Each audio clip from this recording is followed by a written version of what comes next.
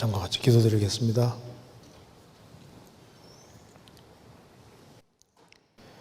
자비로우신 우리 아버지 하나님, 오늘도 살아계신 하나님의 말씀을 배울 수 있게 해주신 것을 감사합니다. 이 시간 주 성령께서 함께 해주시고 하나님의 말씀으로 우리의 마음을 깨워주시고 또 우리의 영혼의 눈을 열어주셔서 우리가 세상에 사는 목적을 분명히 알 수 있도록 도와주시고 또 우리가 무엇을 어떻게 해야 할지도 알 수 있도록 도와주옵소서. 교회가 계획한 모든 일에 주님께서 항상 주관해 주시고 도와주셔서 오직 주님께 영광과 찬송이 들어갈 수 있도록 역사해 주옵소서. 오늘 말씀 앞에 나온 모든 분들 주님께서 일일이 함께 해주시고 주의 크신 은혜와 사랑으로 함께 해 주옵소서. 모든 시종 도와주시기를 간절히 의지하오며 우리 구주 예수 그리스도 이름으로 기도하옵나이다. 아멘. 성경 역대상 12장 찾겠습니다. 역대상 12장입니다. 12장 32절입니다. 12장 32절부터 제가 읽겠습니다. 이사갈 자손 중에서 시세를 알고 이스라엘이 마땅히 행할 것을 아는 두목이 200명이니 저희는 그 모든 형제를 관할하는 자며 스불론 중에서 모든 군기를 가지고 항오를 정제히 하고 두 마음을 품지 아니하고 능히 진에 나아가서 싸움을 잘하는 자가 5만 명이요 납달리 중에서 장관 1,000명과 방패와 창을 가지고 함께한 자가 3만 7천 명이요 단 자손 중에서 싸움을 잘하는 자가 2만 8,600명이요 아셀 중에서 능히 진에 나아가서 싸움을 잘하는 자가 4만 명이요 요단 저편 루벤 자손과 갓 자손과 므낫세 반지파 중에서 모든 군기를 가지고 능히 싸우는 자가 12만 명이었더라. 이 모든 군사가 항오를 정제히 하고 다 성심으로 헤브론에 이르러 다윗으로 온 이스라엘 왕을 삼고자 하고 또 이스라엘의 남은 자도 다 일심으로 다윗을 왕으로 삼고자 하여 무리가 거기에서 다윗과 함께 사흘을 지내며 먹고 마셨으니 이는 그 형제가 이미 식물을 예비하였음이며. 네, 거기까지입니다. 네, 우리가 어제 창세기 26장을 중심으로 해서 우리가 파야 될 그 7가지 우물에 대해서 좀 같이 생각을 해봤습니다. 오늘 시간은 어제 말씀에 이어서 역대상 12장을 중심으로 해서 같이 좀 생각을 해보겠습니다. 역대상 12장을 우리가 배우면은 지금 내가 그리스도인으로서 그리스도인이 어떤 존재인지 우리가 무엇을 어떻게 해야 될지를 알 수 있으리라고 생각을 합니다. 여기에 역대상 12장 말씀 속에 특별히 그 33절에 스불론 중에서 모든 군기를 가지고 항오를 정제히 하고 두 마음을 품지 아니하고 능히 진에 나아가서 싸움을 잘하는 자가 5만 명이요. 이 말씀이 좀 마음에 들어서 이 말씀을 한번 같이 좀 생각해 봐야겠다고 생각이 돼서 항오를 정제히 하고 이 제목으로 같이 좀 생각해 보려고 합니다. 항오를 정제했다고 말은 그 전열을 잘 갖춘 걸 말하는 겁니다. 그러니까 이제 이게 이제 잘 정렬해 있고 아주 질서 있고 조화를 잘 이루고 뒤에서 잘 서포트하고 그래서 자기 위치를 잘 지키면서 연합하는 모습입니다. 우리가 이제 하기소양일을 얼마 앞두고 있는데 이 그리스도인의 영적인 전투는 혼자 하는 것이 아니라 같이 무리지어서 한 마음과 한 뜻이 되어야만 주의 역사를 이룰 수가 있는 겁니다. 그래서 여기에 항오를 정제히 하고 이 말씀 속에 질서를 볼 수 있고 조화를 볼 수 있고 연합을 볼 수가 있습니다. 그래서 다윗을 중심으로 해서 한 마음과 한 뜻이 되어서 공동체 정신을 가지고서 전투를 치루어서 결국에는 통일 왕국을 이루게 되는 겁니다. 그래서 역사상 12장 말씀을 좀 보면은 다윗이 통일 왕국을 이루는 이것은 하나님의 뜻이었습니다.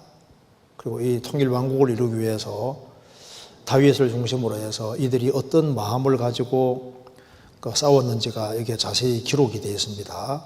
그리고 여기 32절에 이사갈 자손 중에서 시세를 알고 이스라엘이 마땅히 행할 것을 아는 두목이 200명이니 시세를 안다는 것은 어느 편에 서야 될지를 아는 겁니다. 그리고 뭘 해야 될지를 알고 마땅히 행할 것을 아는 사람들이 있었다는 겁니다. 그리고 33절에는 스불론 중에 모든 군기를 가지고 군사 무기, 전쟁할 때 군사 무기가 필요하지 않습니까? 근데 모든 군사 무기를 가지고 온갖 종류의 군사 무기를 가지고 있었던 것 같아요. 그러니까 창, 칼, 방패 이런 온갖 종류의 무기를 가지고 그리고 항오를 정제히 하고 전쟁할 때 일사불란하게 잘 움직이는 겁니다. 위치와 질서를 잘 지키면서 뒤에 잘 돕고 자기 위치를 잘 지키고 이탈하지 않는 겁니다. 그리고 이제 두 마음 품지 않고 한 마음을 품고 능히 진에 나아가서 싸움을 잘하는 자, 그러니까 적진을 향해서 나아가서 싸움하는 게 아니라 싸움을 잘하는 자라고 하지 않습니까? 싸움을 잘하는 자다. 그리고 38절에는 다 일심으로 다윗을 왕으로 삼고자 하여서 똘똘 뭉쳤습니다. 한 마음. 한 마음과 한 뜻이 되어서 결국에는 통일 왕국을 이루고 그래서 이스라엘이 가장 정말 하나님 중심으로 잘 돼갈 때가 다윗 중심으로 통일 왕국 됐을 때 그때 정말 힘이 있었습니다.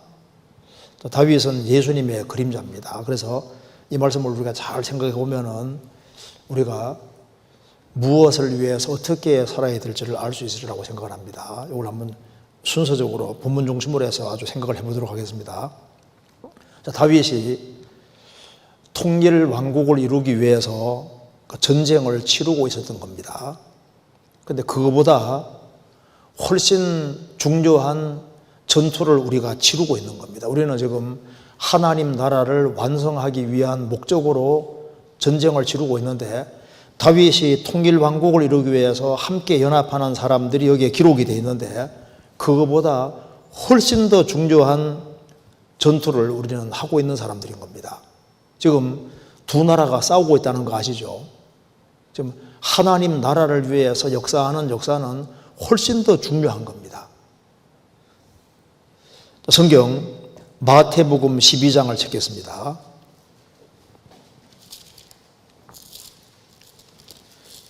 마태복음 12장 26절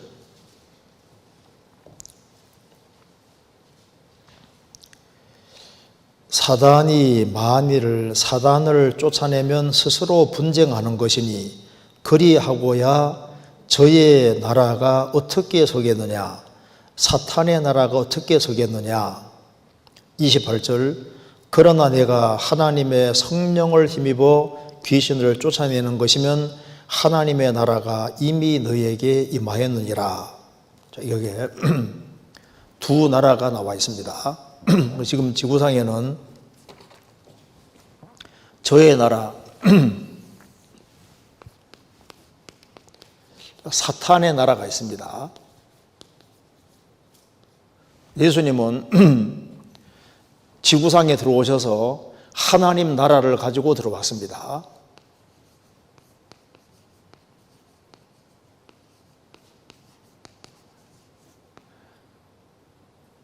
지금 지구상의 나라가 많이 있어도 딱 결국은 두 나라밖에 없는 겁니다.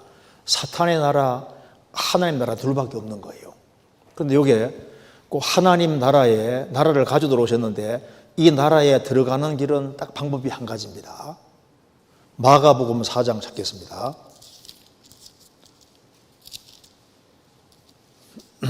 4장 11절. 이러시되 하나님 나라의 비밀을 너희에게는 주었으나 외인에게는 모든 것을 비유로 하나니 이는 저희로 보기는 보아도 알지 못하며 듣기는 들어도 깨닫지 못하게 하여 돌이켜 죄 사함을 얻지 못하게 하려 함이니라 하시고, 그 사람이 죄 사함을 받아야 되는데 죄 사함을 안 받으면은 항상 눈이 캄캄하게 돼 있는 거예요. 죄 사함을 딱 받으면은 이게 사탄의 나라에 예수님이 하나님 나라 가져 들어오셨고 구원받는 즉시로 우리가 하나님 나라 안에 들어간 걸 알 수 있다니까요. 그래서 주기도문에 나라의 임하옵시며 그러죠. 나라가 어떻게 임하냐면 한 사람이 구원받을 때 그 사람에게 나라가 임하고, 그래서 한 사람 한 사람이 구원받을 때 나라의 임하옵시며, 구원받은 사람들이 이제 한 사람 한 사람 구원받을 때 하나님 나라가 확장되어 가는 겁니다. 그래서 성경 베드로전서 2장에 보면은 거듭난 그리스도인들을 가리켜서 왕 같은 제사장들이요 거룩한 뭐라 했습니까? 나라요, 나라라고. 그러니까 요한계시록 1장하고 5장에 보면은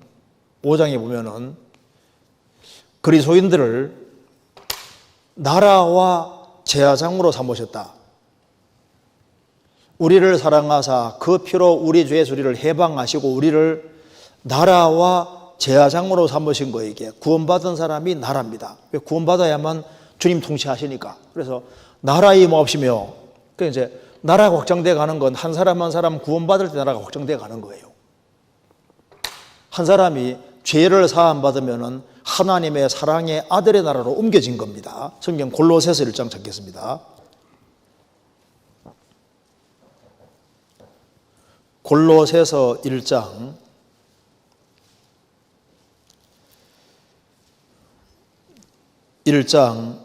13절. 그가 우리를 흑암의 권세에서 건져내사 그의 사랑의 아들의 나라로 옮기셨으니 그 아들 안에서 우리가 구속 곧 죄사함을 얻었다. 그가 하나님 우리를 흑암의 권세, 사탄의 권세에서 건져내사 그의 사랑의 아들의 나라로 옮기셨으니, 구원받은 사람은 하나님의 사랑의 나라로 옮겨졌는데 그게 언제 이루어지냐 하면은 그 아들 안에서 우리가 구속 곧 죄사함을 얻어도다. 그 죄사함을 얻을 때 그 사람이 사랑의 아들의 나라로 옮겨진 것이고, 구원받은 사람은 하나님 나라 안에 들어와 있는 거예요. 하나님 나라 안에 들어와서 이제 우리는 하나님 나라를 위해 역사하는 사람이 되어야 되는 겁니다. 그렇잖아요. 그 뒤에 골로새서 4장 찾겠습니다. 그 뒤에 4장 11절.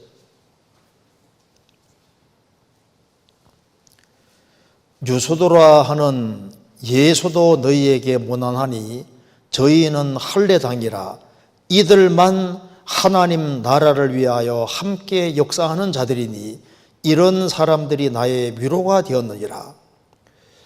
유수도라 하는 예수도 너희에게 무난하니, 예수님하고 이름이 똑같습니다. 유수도라 하는 예수도 너희에게 무난하니 저희는 할례당이라, 유대인으로서 구원받은 사람이다 그 말입니다. 유대인으로서 구원받은 사람들로서 이들만 하나님 나라를 위하여 함께 역사하는 자들이니, 그러니까 하나님 나라를 위해서 역사하는 사람들이 있는 겁니다. 그러니까 한 사람이 구원을 받고 하나님 나라를 위해서 역사하는 자들, 이 말이 얼마나 아름답습니까? 하나님 나라를 위하여 함께 역사하는 자들이, 그리고 뭐 하나님 나라를 위해 함께 역사하는 것이 어떤 것일까요?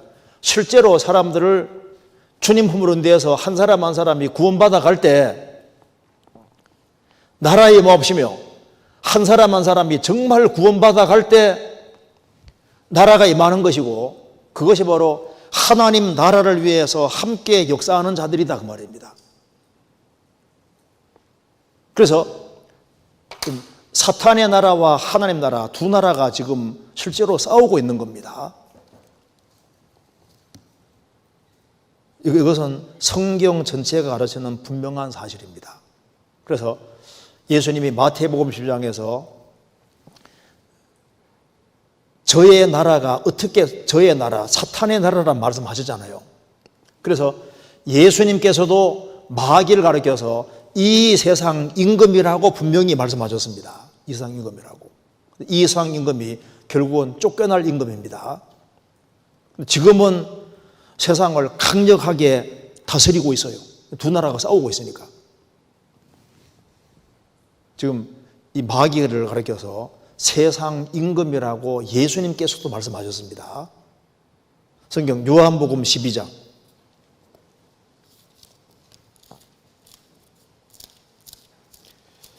요한복음 12장 31절.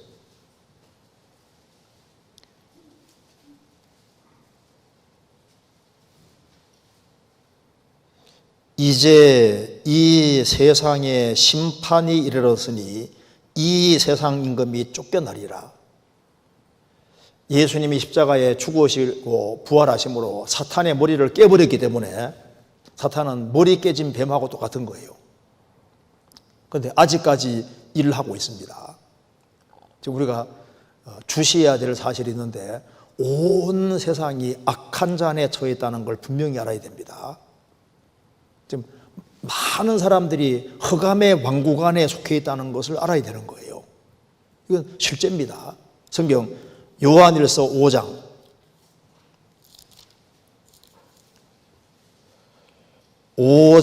19절.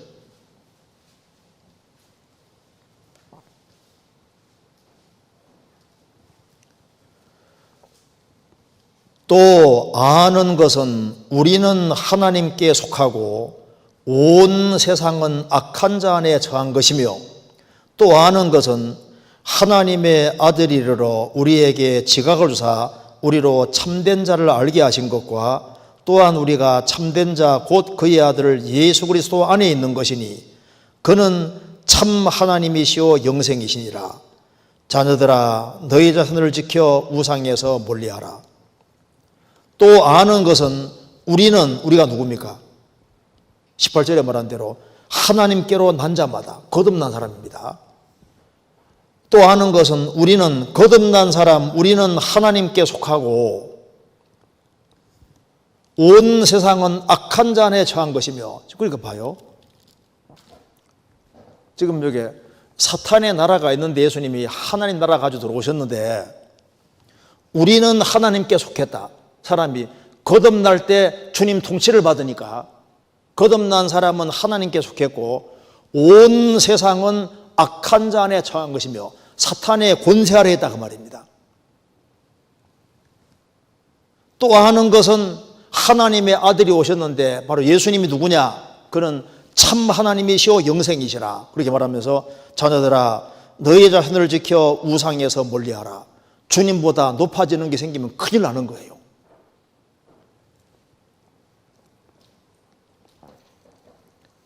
그래서 마귀는 세상 임금입니다.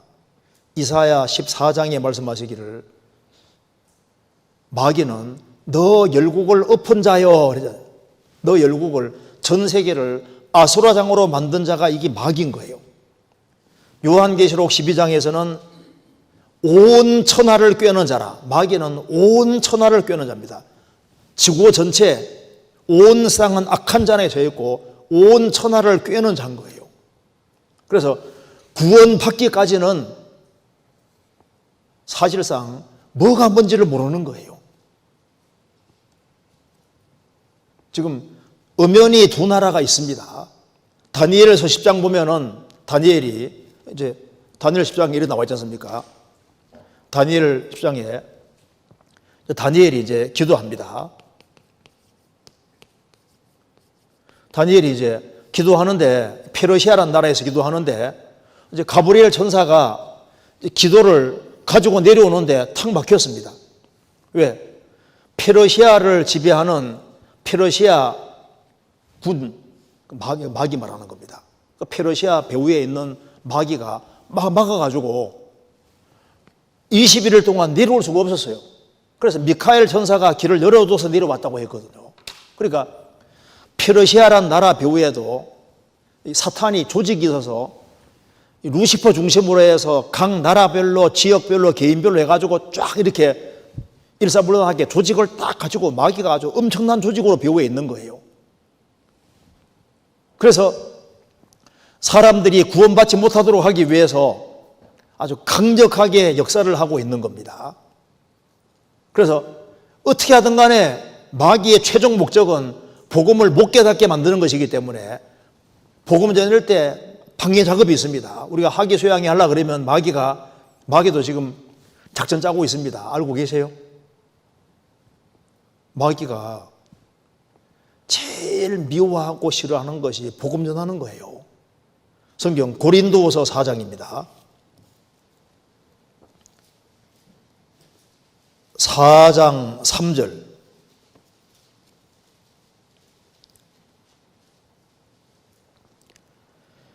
만일 우리 복음이 가리웠으면 망하는 자들에게 가리운 것이라. 그 중에 이 세상 신이 믿지 아니하는 자들의 마음을 혼비케 하여 그리스도의 영광의 복음의 광채가 비치지 못하게 함이니 그리스도는 하나님의 형상이니라. 이 세상 신이 마귀를 이상신 임금이라고 했습니다. 배후에 이상 임금이 있어요. 이 세상 신이 믿지 아니하는 자들의 마음을 혼비케 하여 그리스도 영광의 복음의 광채가 비치지 못하게 방해한다 그 말입니다. 전파 방해 공작이 있는 것처럼 이제 복음 빛이 들어오지 못하도록 복음을 못 깨닫게 하는 방해 세력이 있는 거예요. 그래서 복음이 가려져서 안 깨달아지면 그 사람 망하는 사람이다 그 말입니다.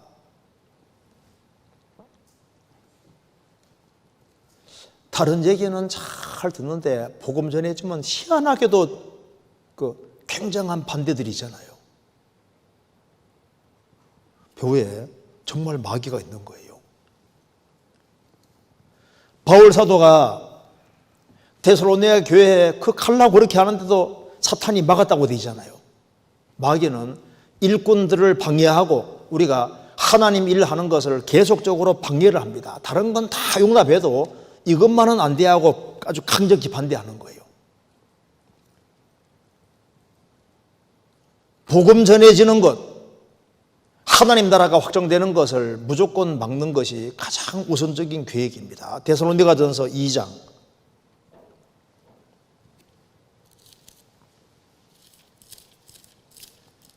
2장 18절. 그러므로 나 바울은 한 번, 두 번 너희에게 가고자 하였으나 사단이 우리를 막아도다. 예수님을 시험한 마귀입니다. 바울 사도가 데살로니가 교회 성도들에게 가려고 하는데 사단이 우리를 막아도다. 그럼 누구를 안 막으려고 하겠습니까? 우리가 수양회를 하려고 할 때 그게 틀림없이 이것을 막으려고 마귀가 여러 가지로 궁리를 하고 연구를 할 겁니다. 그러니까 치열한 싸움이 있는 거예요. 그러면 사탄의 나라의 우두머리는 사탄이잖아요. 하나님 나라의 왕은 누굽니까? 예수님.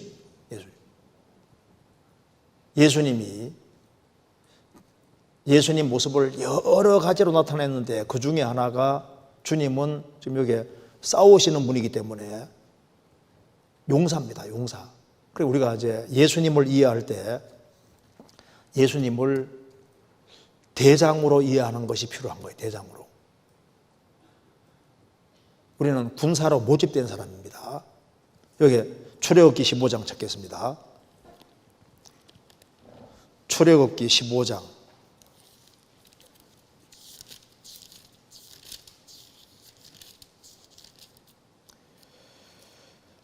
3절.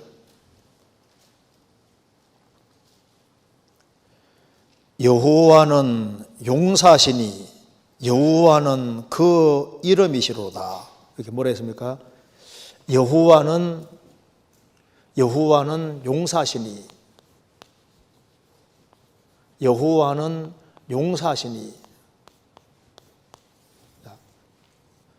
주님은 성경 속에서 자신이 용사 되심을 계속적으로 강조하고 계십니다. 그래서 어둠과 싸우는 용사로 계속 자신 나타내고 계셔요. 구약시대 때도 하나님께서는 사탄과 싸워오셨고, 이스라엘 민족을 에집트에서 건질 때도 하나님은 용사 모습으로 나타나셔서 에집트를 심판하고 이스라엘을 건지셨지 않습니까? 가나안 땅을 정복할 때도 주님은 앞장서는 용사셨습니다. 이제 예수님이 죽으시고 부활하신 후에 구원받은 사람 속에 들어오셨는데, 구원받은 사람 속에 들어오실 때 용사로 우리에게 들어와 계신다니까. 용사로. 우리의 신랑으로 들어와 있는 동시에 용사로 들어와 계신 겁니다. 그래서 구원받아야지 진정한 싸움이 시작이 되는 거예요. 시편 24편입니다.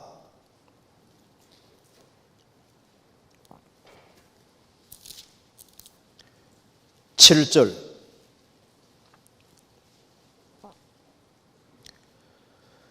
문들아 너희 머리를 들지어다. 영원한 문들아 들릴지어다. 영광의 왕이 들어가시리로다.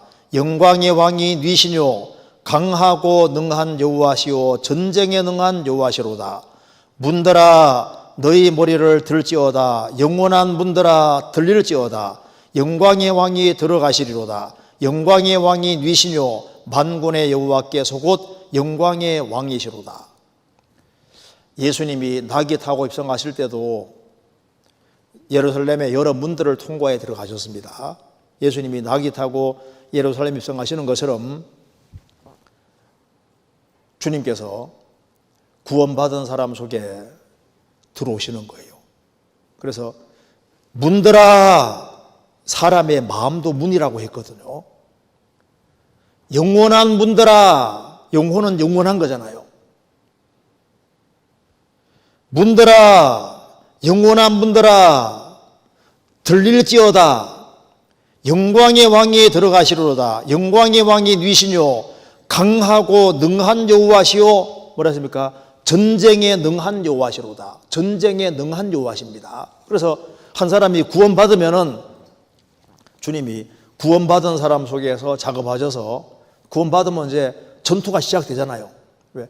자기와의 싸움, 자기 육신과의 싸움이 시작되고, 거짓된 것을 대항해 싸우는 싸움이 있고, 그리고 이제 마귀와의 싸움이 있고, 영혼을 건지는 그 싸움이 있는 겁니다.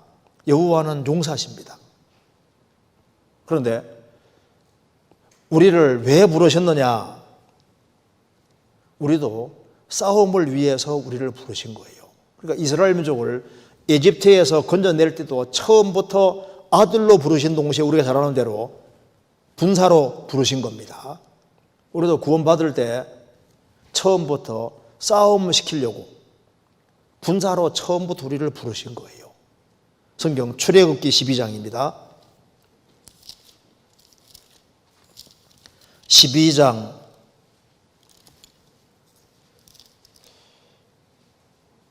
17절.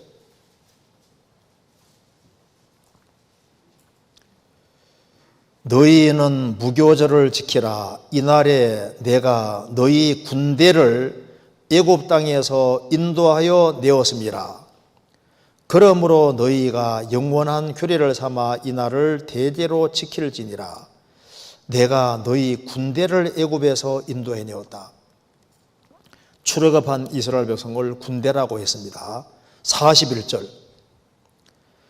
430년이 마치는 그날에 여호와의 군대가 다 애굽 땅에서 나왔은즉, 여호와의 군대가 나왔다. 군대가.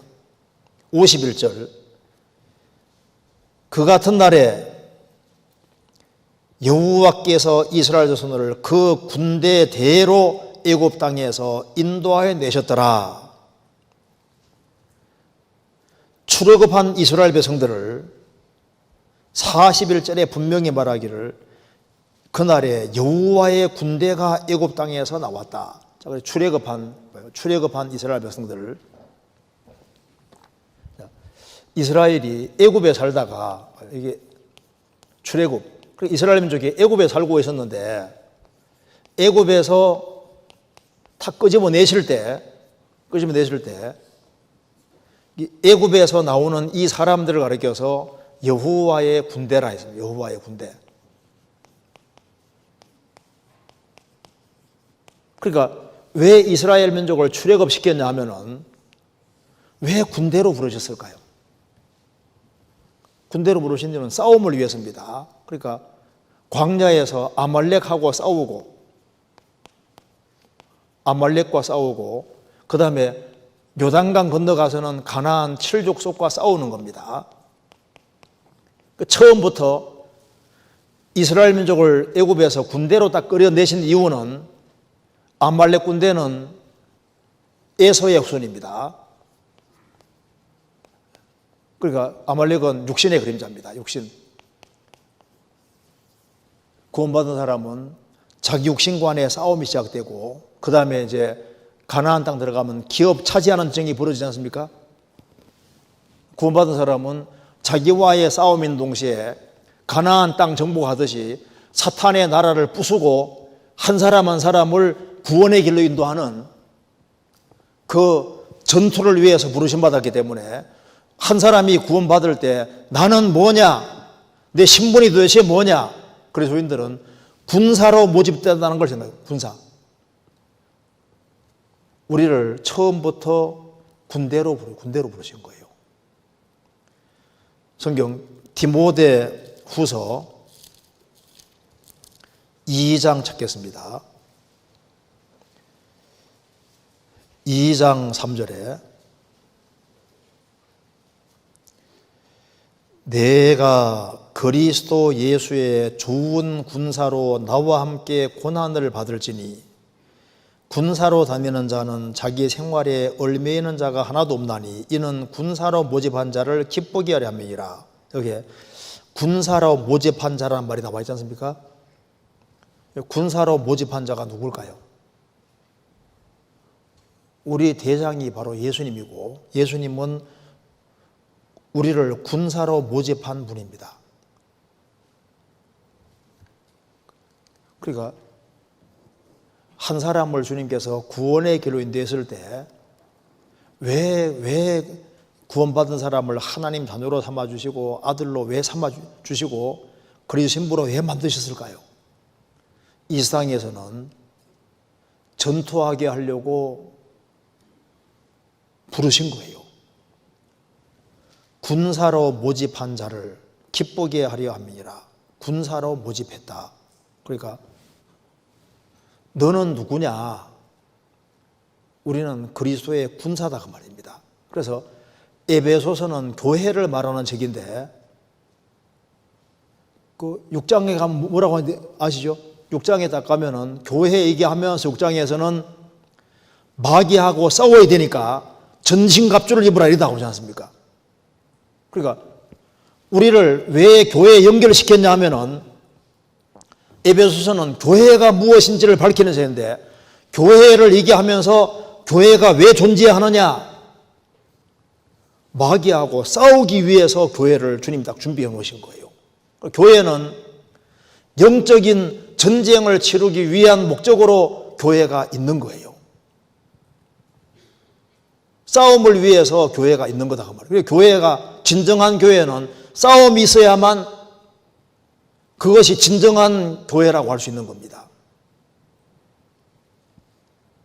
교회는 처음부터 싸움을 위해 부르심 받았습니다. 그래서 여기에 디모데에게 바울 사도가 말했습니다. 내가 그리스도 예수의 좋은 군사로 나와 함께 고난을 받을지니.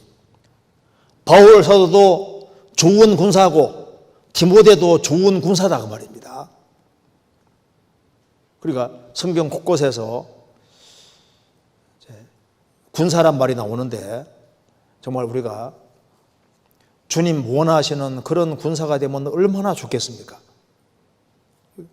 찾아보시겠습니다. 빌레몬서 1장입니다. 빌레몬 1장 2절.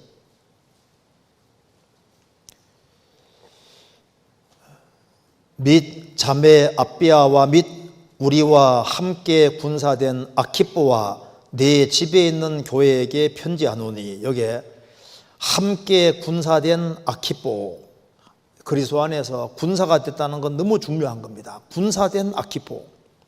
빌립보서 2장 25절입니다.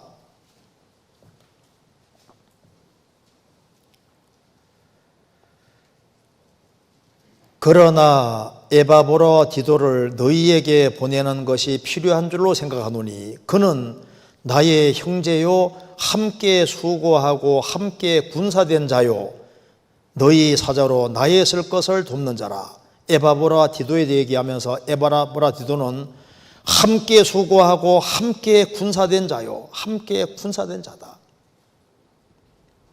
우리 그리스도인들이 주 안에서 정말 좋은 군사가 되면 얼마나 좋겠습니까? 예로부터 청교도들은 자신을 예수님을 대장으로 인식하고 자기들은 군사라고 생각을 하고 인생 전체는 전생애가 전쟁이라고 생각을 했습니다. 그래서 청교도들은 자신이 전투하고 있다고 생각했기 때문에 고난받는 것을 당연한 것으로 여겼습니다. 예수님이 용사하고 그리스도의 신부는 뭐냐? 신부도 성경에서 군사라고 분명히 표현했습니다. 아가서는 솔로몬과 술람 여인의 사랑을 그린 것인데 술람 여인 가르쳐서 뭐라 했습니까? 군대라고 표현을 분명히 하고 있습니다. 교회는 군대고 그리스도인들도 군사인 거예요. 아가서 6장 찾겠습니다.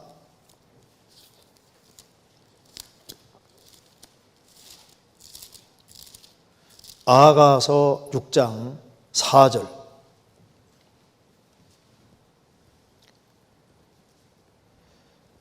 내 사랑아 너의 어여쁨이 디르서 같고 너의 고음이 예루살렘 같고 어미함이 기치를 벌인 군대 같구나. 내 사랑아. 주님은 그리스도인들을 정말 사랑합니다. 교회를 얼마나 사랑해요. 너의 어여쁨이 디르서 같고 이스라엘에서 제일 아름다운 도시 하면 첫 번째가 디르사입니다. 두 번째가 예루살렘이라고 하잖아요. 그래서 너의 어여쁨이 디르사 같고 너의 고음이 예루살렘 같고 어미함이 기치를 벌인 군대 같구나. 교회는 군대입니다. 우리가 예수님이 모집한 군사다. 그리스도의 군사라는 것은 이건 정말 특별한 특권인 거예요. 그 옛날에 징기스칸의 부하들은 굉장히 자신을 자랑스럽게 생각했습니다. 왜? 나는 징기스칸의 부하다. 우리는 예수 그리스도의 부하고 용사인 거예요. 그래서 우리가 뭘 인식해야 되냐면은 지금 이 하나님 나라와 사탄의 나라가 싸우는데 우리가 하나님의 아들이 된 동시에 우리는 왜 이스라엘 민족이 출애굽을 할 때 하나님이 군대로 끄집어내신 것처럼 우리를 애굽이라는 세상에서 우리를 구원했을 때 왜 구원하셨느냐? 우리를 아들로 부르신 동시에 우리를 전투를 치르기 위해서 군사로 부르셨다. 나는 군사다. 구원받으면 군대 입대한 거예요. 그걸 먼저 알 필요가 있다 그 말입니다. 성경 역대상, 이제 그러면 이제 이 말씀을 조금 더 이해되리라고 생각합니다. 역대상 12장.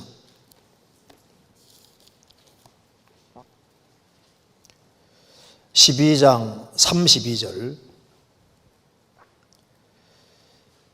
이사갈 자손 중에서 시세를 알고, 여기 먼저 시세를 아는 것이 참 이게 중요한 겁니다. 시세를 안다는 것은 여기서는 지금 하나님이 원하시는 게 통일왕국을 이루시는 거니까 시세를 아는 사람은 어느 편에 속하게 되냐 하면은 사울 편에 서야 될지 다윗 편에 서야 될지를 알게 되는 거예요. 그 앞에 29절 보시겠습니다. 베냐민 자손 곧 사울의 동족은 아직도 테반이나 사울의 집을 쫓으나 그 중에서 나아온 자가 3,000명이요. 그러니까 사울 집에 속하지 아니하고 다윗에게 나오는 사람이 적었지만은 3,000명의 사람들은 시세를 알았다 그 말입니다. 어느 편에 속해야 될지를 알은 거예요. 하나님이 사울을 떠나시고 다윗과 함께 하셨습니다. 다윗과 함께 통일왕국을 이루는 그것이 시세를 아는 것이었습니다. 그러니까 시세를 알고, 그러니까 어느 편에 서야 될지를 알아야 되는 겁니다. 어느 편에. 지금 구원 안 받은 세상 사람들은 사탄의 권세 아래에서 속고 살고 있으면서 아무것도 몰라요. 아무것도. 정말 무지합니다. 세상 풍속을 쫓아서 공중의 권세자만 따라서 막 몰려가는 거예요, 그냥. 지금 좋은 세상 오는 줄 아는데 아니거든요. 아주 무시무시한 일이 벌어지고 있는데 그걸 모르고 있다니까요. 여기 그러니까 첫 번째 중요한 것이 시세를 알고, 참 이게 얼마나 중요한 말입니까? 시세를 알고. 이렇게 하나씩 적어가면서 생각해 보겠습니다. 제일 먼저 뭘 알아야 되느냐? 시세를 알고,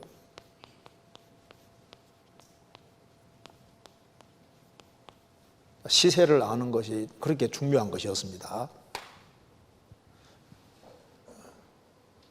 사울 편에 서야 되냐, 다윗 편에 서야 되냐, 그거 알아야 되지 않습니까? 노아 시대 때는 노아 방주 짓는 편에 서야 되느냐, 많은 사람들이 먹고 마시고 시집가고 장가하고 사고 팔고 심고 집 짓는 그게 놀자판으로 살고 있을 때 세상 사람 편에 속해야 되느냐, 노아와 함께 정말 같이 방주 짓는 일에 수고하는 일에 참여하느냐. 그 노아 방주 짓는 곳에 참여하는 그 사람들이 시세를 아는 사람이잖아요. 그런데 노아 식구밖에 없는 거예요. 엘리야 당시에는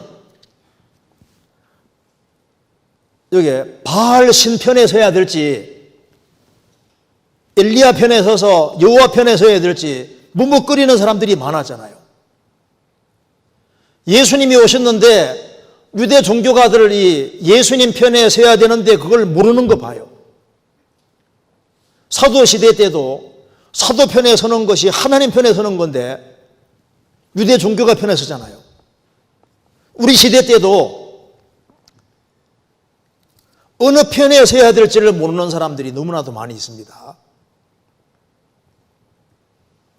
지혜자의 마음은 오른편에 있고 우매자의 마음은 왼편에 있느니라. 내가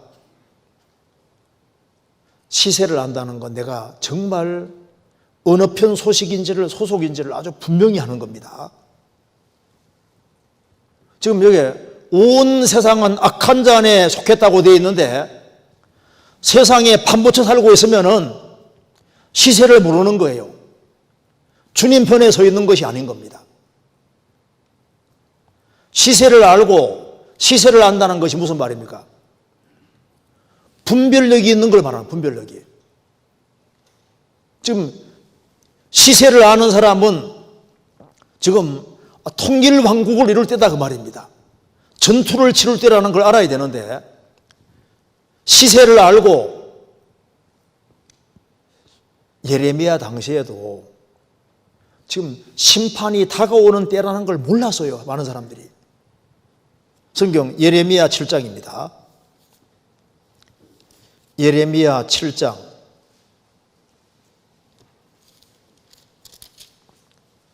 29절 7장 29절 예루살렘아 너의 머리털을 베어버리고 자산 위에서 호곡할지어다 여호와께서 그 노하신 바 이 세대를 끊어버리셨음이니라. 예레미야가 이스라엘이 불순종을 계속하니까 너희들 바벨론 침강으로 망한다고 계속 증거했잖아요. 몇십 년 동안 증거했습니다. 그런데 안 듣잖아요. 그래서 예레미야가 외치던 그 당대에 바벨론 쳐들어와서 그 세대를 완전히 박살내버리잖아요. 여기 말한 대로 예루살렘아 너의 머리털을 베어버리고 자산 볼구숭이 산에서 호곡할지어다 슬피울지어다 여호와께서 그 노하신 바 이 세대를 끊어버리면서다. 그러니까 예레미야 그 당대는 이제 끊어버림을 당할 세대였습니다. 지금 우리 세대가 어떤 세대인지를 모르고 정신 못 차리는 사람도 많거든요. 이 세대를 끊어버린다는 말씀대로 이 세대가 우리 세대는 어떤 세대입니까? 예레미야만 끊어버림을 당하는 세대가 아니라 우리 세대도 지금 마지막 징조가 다 나타나는 이제 그런 세대에 우리가 살고 있는 거잖아요. 그러니까 시대 분별을 잘해야 된다고, 시세를 잘 알아야 된다니까요. 마태복음 24장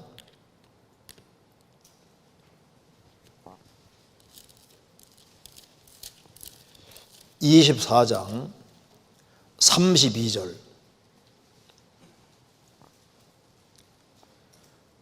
무화과 나무의 비유를 배우라.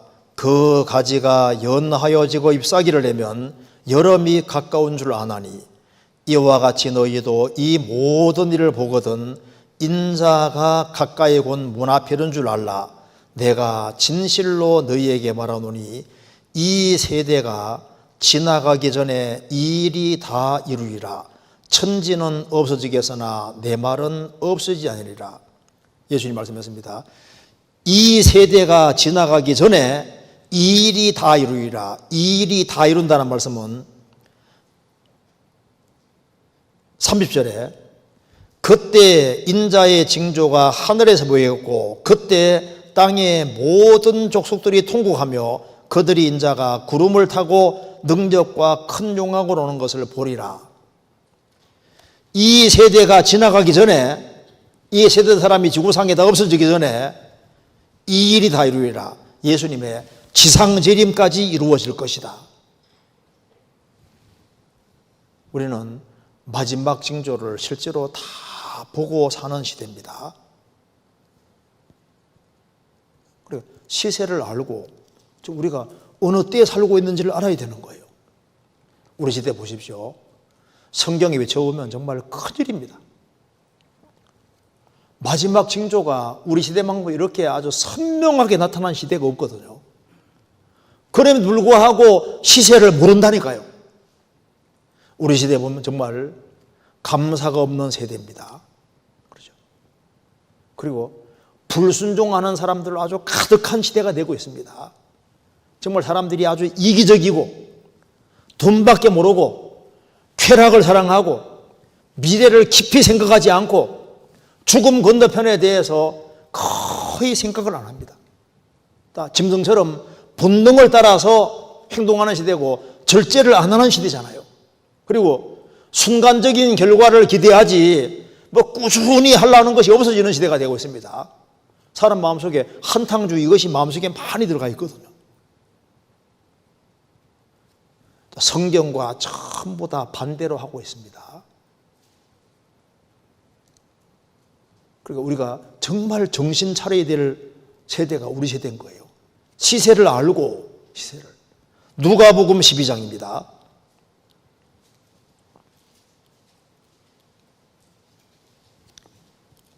12장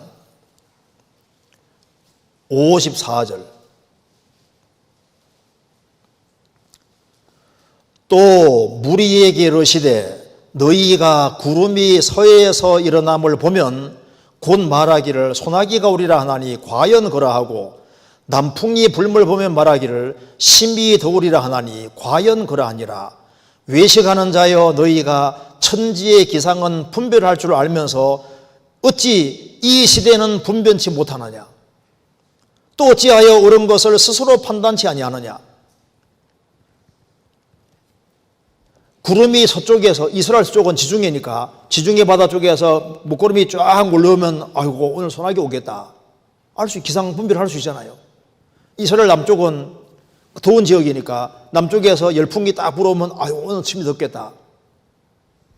과연 그러하다. 외식하는 자여 너희가 천지의 기상은 분별할 줄 알면서 어찌 이 시대는 분변치 못하느냐. 예수님이 성경대로 초림하셨음에도 불구하고 그리스도가 오셨는지도 모르잖아요. 보면서도 모르잖아요. 마지막 징조를 다 보면서도 지금 우리가 어느 시대에 살고 있는지 시세를 모른다니까요. 시세를 알아야 됩니다. 역대상 12장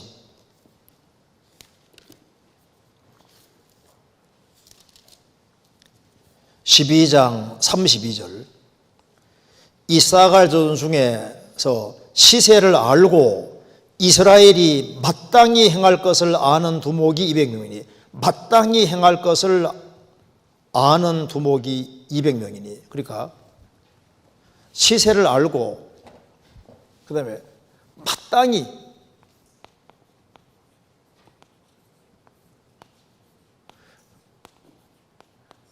뭘 행해야 할 것인지를 안다. 마땅히 행할 것을 뭘 해야 될지를 알아야 되거든요. 그죠? 그러니까 마땅히 행할 것을 아는 것이 중요한 겁니다. 그러니까 마땅히 행할 것이 뭡니까? 지금 여기 마땅히 행할 것을 아는 것은 뭐냐 하면은 지금은 전쟁할 때다 그 말입니다.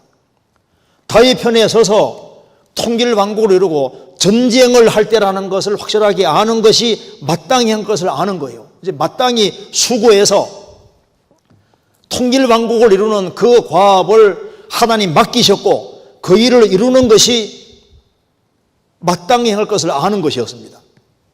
통일 왕국을 이루어야 된다는 걸 알았잖아요. 그것처럼 우리 시대도 마찬가지입니다. 우리 시대도 우리가 어떤 시대인지를 알고 시세를 알고 우리가 마땅히 해야 될 것을 우리가 알아야 되는 거예요. 마땅히 할 것이 뭐냐 그 말입니다. 성경에서 성령이 교회들에게 하시는 말씀을 들을지어다 하고 말씀하셨는데 우리가 해야 될 일이 도대체 뭘까요? 우리도 지금 영적으로 전투를 해야 될 때라니까요. 두 나라가 싸우고 있고 그리고 용사로서 군사로서 우리도 전쟁을 해야 할 때라는 걸 확실히 알아야 되는 거예요. 우리가 특별히 7월 달에 뭘 해야 되느냐 1년 중에서 제일 중요한 전투를 치러야 된다는 걸 알아야 된다니까요. 요한계시록 2장입니다.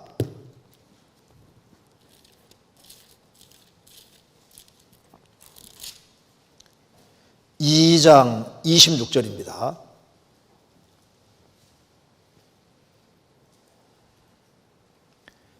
이기는 자와 끝까지 내 일을 지키는 그에게 만국을 다스리는 권세를 주리니 그가 철장을 가지고 저희를 다스려 질그릇 깨뜨리는 것 같이 하리라. 나도 내 아버지께 받은 것이 그러하니라. 내가 또 그에게 새벽벌을 주리라. 귀 있는 자는 성령이 교회들에게 하시는 말씀을 들을지어다. 귀 있는 자는 성령이 교회들에게 하시는 말씀을 들을지어다. 교회의 주인은 주님이시고 그때마다 성령께서 주시는 말씀들이 있는 거예요. 성령이 교회들에게 하시는 말씀을 들을지어다. 이기는 자와 끝까지 내일을 지키는 그에게는 만국을 다스리는 권세를 줄 것이다. 내일이 뭘까요? 끝까지 내일을 지키는 자. 빌립보서 2장에 자기 일이 있고 다른 사람 일이 있고 그리스도 예수 일이 있다고 했는데 그리스도 예수 일이 뭡니까? 복음과 함께 수고하는 거예요. 끝까지 내일을 지키는 그에게 하나님 나라가 확정될 때가 한 사람 한 사람이 구원받는 거니까 끝까지 내일을 지키는 그에게는 만국을 다스리는 권세를 줄 것이다. 그리고 28절에 내가 또 그에게 새벽별을 주리라. 계시록 22장에 새벽별이 예수님이라고 했거든요. 그리고 베드로후서 1장에는 예수님 재림에 대한 예언이 새벽별이라고 되어 있습니다. 그러니까 진리 가운데 행하는 사람들, 그런 사람들에게 주님이 재림도 밝혀주시고 이 어두운 세상에서 예언의 말씀을 비춰주시는 거예요. 우리가 뭘 해야 될지를 깨닫게 해줍니다. 귀 있는 자는 성령이 교회들에게 하시는 말씀을 들을지어다. 우리가 뭘 해야 되느냐? 우리가 전투를 치러야 된다는 사실을 분명히 해야 됩니다. 그리고 그 다음 보시겠습니다. 역대상 12장 33절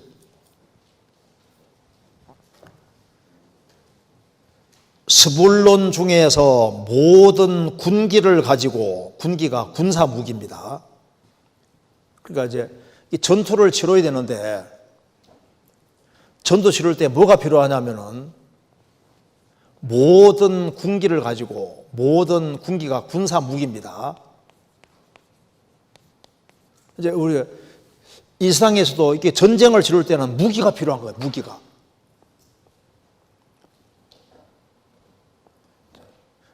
무기를 가지고 전쟁을 합니다. 그 뒤에 34절에 보면은 납달리 중에서 장관 1,000명과 방패와 창을 가지고 함께한 자가 37,000명이요. 방패와 창을 가지고, 그렇죠? 전쟁할 때 방패도 필요하고 창도 필요하고 칼도 필요하고 모든 군사 무기가 필요한 것처럼 마귀를 때려잡는데, 마귀하고 전쟁할 때 이상의 총칼, 방패, 미사일, 핵무기 이런 거로는 마귀 한 명도 못 죽입니다. 그렇잖아요. 그러니까 이제 이 당시에는 통일왕국을 이루기 위해서 군사 무기 가지고 싸워서 통일왕국을 이루었잖아요. 우리는 지금 하나님 나라와 사탄 나라 두 나라가 싸우고 있는데 이 영적인 전쟁을 치르기 위해서는 인간의 무기는 아무 소용없는 거예요. 그러니까 우리에게도 진짜 무기가 필요하다 그 말입니다. 그래서 에베소 6장에 교회는 그리스도의 신부로서 전투하는데, 전투를 하기 위해 뭐 해야 되느냐? 전신갑주를 입어야 된다. 왜? 마귀하고 싸우니까 하나님의 무기가 필요하다 그 말입니다. 에베소서 6장입니다. 에베소서 6장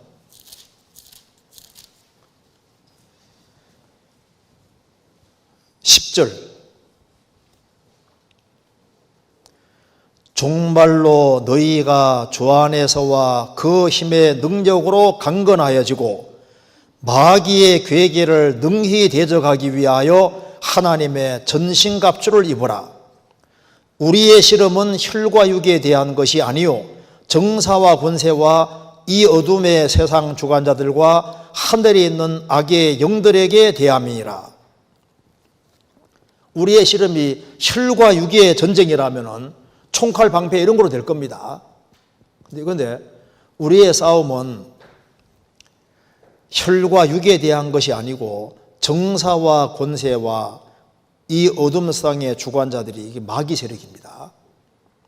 하늘에 있는 악의 영들에게 대함이라. 악령하고 싸우는, 악령하고 마귀하고 싸우는 거예요.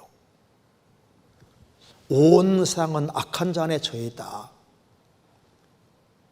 그런데 이 마귀는 지구상에 있는 행복이 다 사용해도 안 죽습니다. 총을 아무리 쏘아대도 죽을 리가 없잖아요. 영이니까 안 죽습니다. 그러니까 인간의 무기는 소용없으니까 하나님의 전신갑주 입어라. 그리스도인들이 영적으로 무장해야 될 것을 말하는 겁니다. 하나님의 전신갑주로 무장을 해야 되는 겁니다. 그래서 여기에 13절, 그러므로 하나님의 전신갑주를 취하라. 이는 악한 날에 너희가 능히 대적하고 모든 일을 행한 후에 서기 위함이라. 모든 일을 행하고 서기 위해서는 전신갑주를 입어야 되는 거예요. 우리가 전쟁에 승리하고 하려면은 무기가 필요한데 하나님의 전신갑주가 필요한 겁니다. 14절, 그런즉 서서 진리로 너희 허리띠를 띠고 의의 흉배를 붙이고 평안의 복음에 예비한 것으로 신을 신고 모든 것 위에 믿음의 방패를 가지고 이로써 능히 악한 자의 모든 화전을 소멸하고 구원의 투구와 성령의 금 곧 하나님의 말씀을 가지라. 모든 기도와 간구로 하되 무시로 성령 안에서 기도하고 이를 위하여 깨어 구하기를 항상 힘쓰며 여러 성도들을 위하여 구하고 또 나를 위하여 구할 것은 내게 말씀을 주사 나로 입을 벌려 복음의 비밀을 담대히 알리게 하옵소서 할 것이니. 하나님의 전신갑주를 취해야 되는데 어떻게 해야 되느냐. 먼저 서서, 누워있는 사람이 전투 못하지 않습니까? 먼저 딱 서야 되는 거예요. 서서 진리로 너희 허리띠를 띠고, 진리의 말씀으로 진리로 너희를 허리띠를 띠고, 우리는 거짓을 멀리하고 진리 가운데서 행해야 됩니다. 진리로 너희 허리띠를 띠고 의의 흉배를 붙이고, 마귀가 마음을 자꾸 공격하니까 주님이 나를 의롭게 하셨다고 하는 의의 흉배, 어떤 경우에도 하나님 나를 어렵다고 하셨다는 그 의의 흉배가 필요합니다. 마귀가 계속 공격하면서 너 같은 것은 신앙생활 할 수 없어 하고 계속 부추기면서 네 마음이 그런데, 네 안 좋은 마음도 올라오는데 네가 무슨 신앙생활에 계속 공격하거든요. 그러니까 의의 흉배를 딱 붙여야 되는 거예요. 내게 부패된 본성이 있기 때문에 마귀가 네 꼴을 봐라. 네가 구원받은 지 그렇게 오래됐다는데 행동이 왜 그 모양이냐. 너는 신앙생활 들었다고 자꾸 얘기를 하거든요. 그러니까 주님은 나를 의롭다고 하셨다. 의롭게 보신다. 그걸 항상 그 의의 흉배를 떼면 안 되는 거예요. 의의 흉배를 붙이고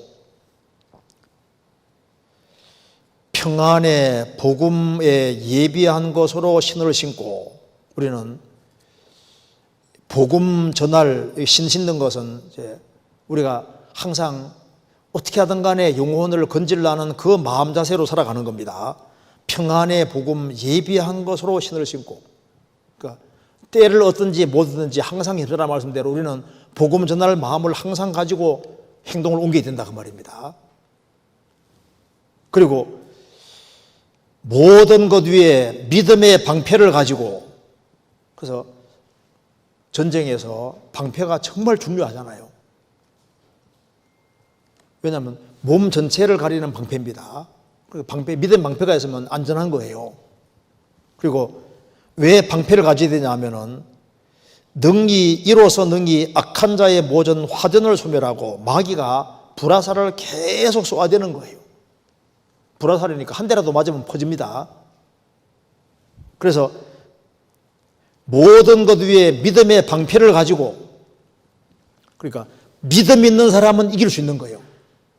믿음의 방패를 가지고 이로써 능히 악한 자 마귀의 모든 화전을, 불화살을 소멸하고 구원의 토구, 구원 투구 꼭 써야 됩니다. 그러니까 구원의 확신이 영적인 전투에서는 아주 중요한 거예요.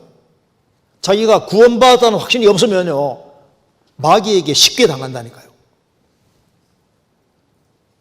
영혼이 구원받고 이제 주님 재림하시면 몸까지 구원된다는 게 너무 확실하니까 구원의 투구를 쓰고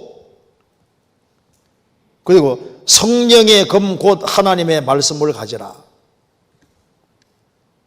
예수님도 기록되어서되 그걸 이긴 것처럼 우리 똑같이 하나님 말씀을 가지고 있어야 되는 겁니다. 성령의 검 곧 하나님 말씀을 가지라.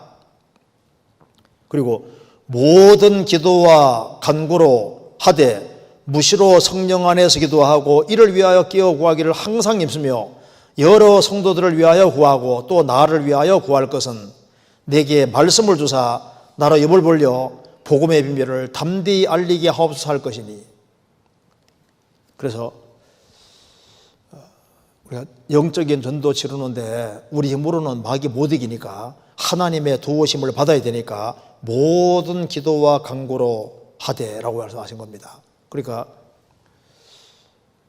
하나님의 도움을 구해야만 영적인 전투에서도 이길 수 있고 또 바울 사도가 특별히 나를 위해 기도해달라고 했잖아요. 실제로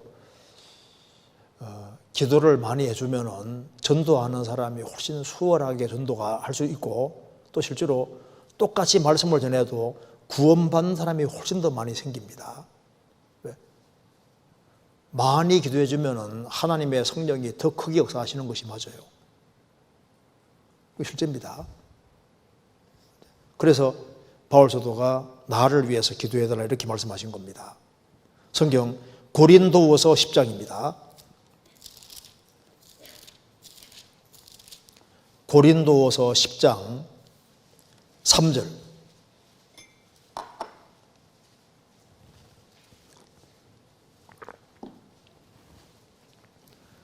우리가 육체에서 행하나 육체대로 싸우지 아니하노니 우리의 싸우는 병기는 육체에 속한 것이 아니요 오직 하나님 앞에서 견고한 진을 파하는 강력이라.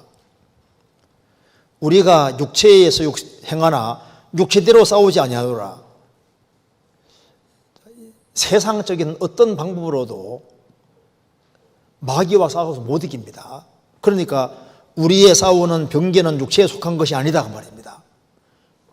오직 하나님 앞에서 견고한 진, 마귀 진을 부숴야 되는데 마귀 진을 부수고 그리고 이제 사탄의 권세에 있는 사람을 건지기 위해서는 뭐가 필요하냐? 우리의 병기는 강한 강력이라. 뭐란 말씀입니까? 크게 두 가지입니다.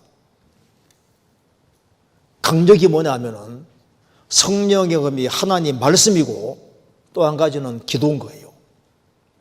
그래서 우리가 사탄의 진을 어떻게 부수냐 하면은 강력한 하나님의 말씀으로 또 기도 통해서 이게 부수는 거예요. 두 가지로. 그래서 무기는 크게 말씀과 기도 이것이 두 개가 무기인 겁니다. 역대상 5장 찾겠습니다. 역대상 5장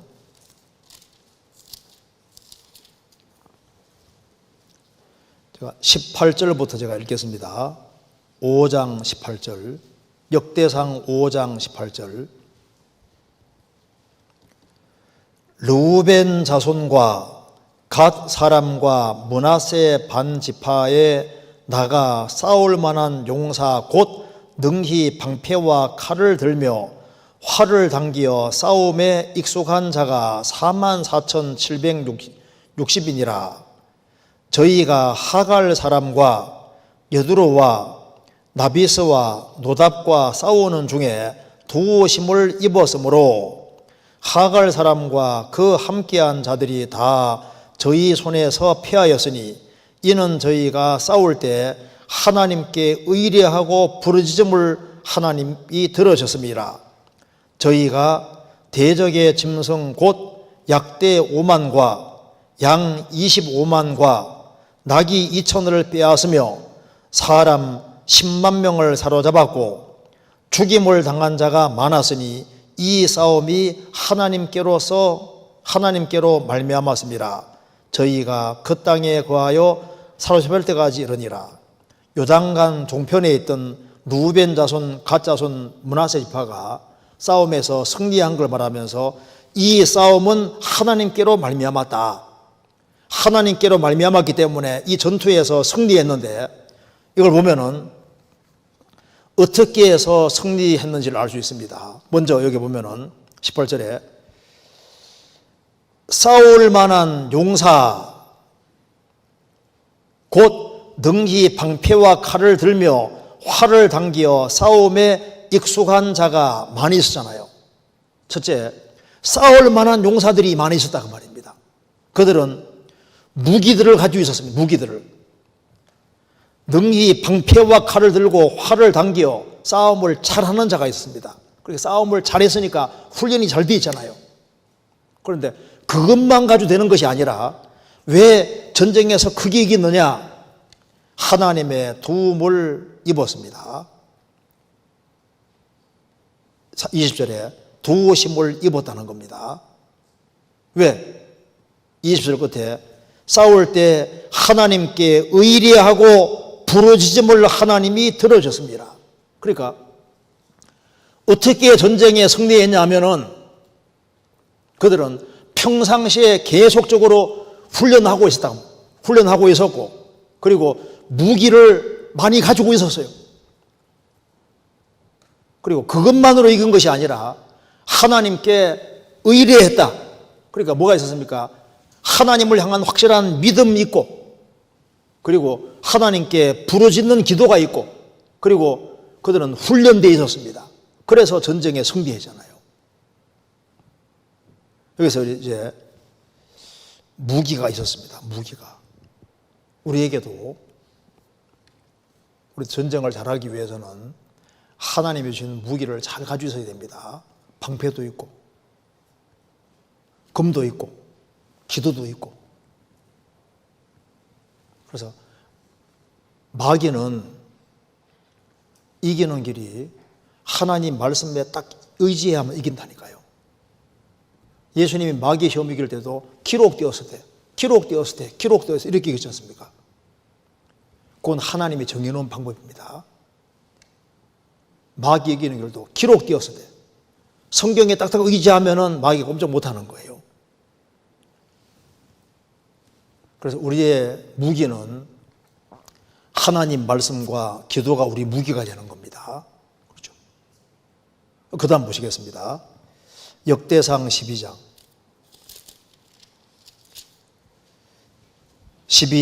33절에 스불론 중에서 모든 군기를 가지고 그 다음에 항오를 정제히 하고 그러니까 그 다음에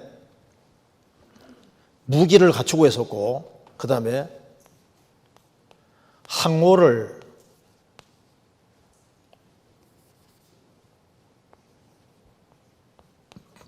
정제히 했다.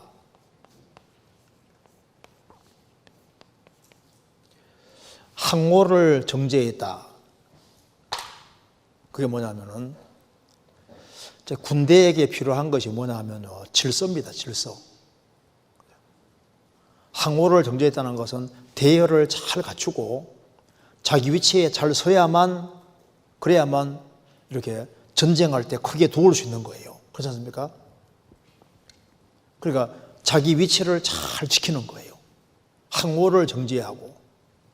그러니까 항오를 정제하고 있으면은 거기서 우리가 질서를 볼 수 있고 조화를 볼 수 있고 그리고 같이 질서를 잘 지키면 거기서 연합을 볼 수 있는 겁니다. 그러니까 영적인 전투도 마찬가지인 거예요. 이 우주에 정확한 법칙과 질서가 있는데 저도 성경 이거 보고 놀랐습니다. 한번 찾아보시겠습니다. 시편 119편에 119편 89절 89절에 여호와여 주의 말씀이 영원히 하늘에 굳게 서 싸우며 주의 말씀이 영원히 하늘에 굳게 서 싸우며 이것이 주의 말씀이 영원히 하늘에 정렬하였나이다. 그러니까 여기에 영원히 굳게 서 싸우며, 이것이 히브리어로 나차번대 이 군사용어랍니다. 그래서 출전할 때 하는 군사들이 일살분란하게 정렬을 잘해 있는, 이제 거기에 사용하는 단어로도 쓰인다고 하는데요. 그러니까 이거 보면은 여호와여 주의 말씀이 영원히 하늘에 굳게 서 싸우며, 그 하나님 말씀이 쫙 정렬이 잘 돼 있고 질서 있게, 그러니까 하나님 말씀이 쫙 나가는데, 하나님 말씀이 나가니까 이 우주에도 정확한 법칙과 질서가 있고 자기 자리를 딱 차지하잖아요. 자연도 마찬가지고 질서가 무너지면은 다 되게 혼란이 되는 겁니다. 이스라엘 백성들도 출애굽을 할 때는 오합지졸인데, 출애굽을 하고 난 이후에는 모세 중심으로 해서 천부장, 백부장, 50부장, 10부장 쫙 하면서 질서가 딱 잡히잖아요. 그래서 행렬을 딱 갖추고 항우를 딱 갖추고 전투에 임하고 싸웠습니다. 신약시대의 교회도 마찬가지인 거예요. 교회도 주님을 중심으로 해서 자기 있을 위치를 딱 잘 지켜야 됩니다. 그러니까 항우를 정지하고 그 위치를 잘 지키는 걸 말씀하는 겁니다. 시편 8편 찾겠습니다. 시편 8편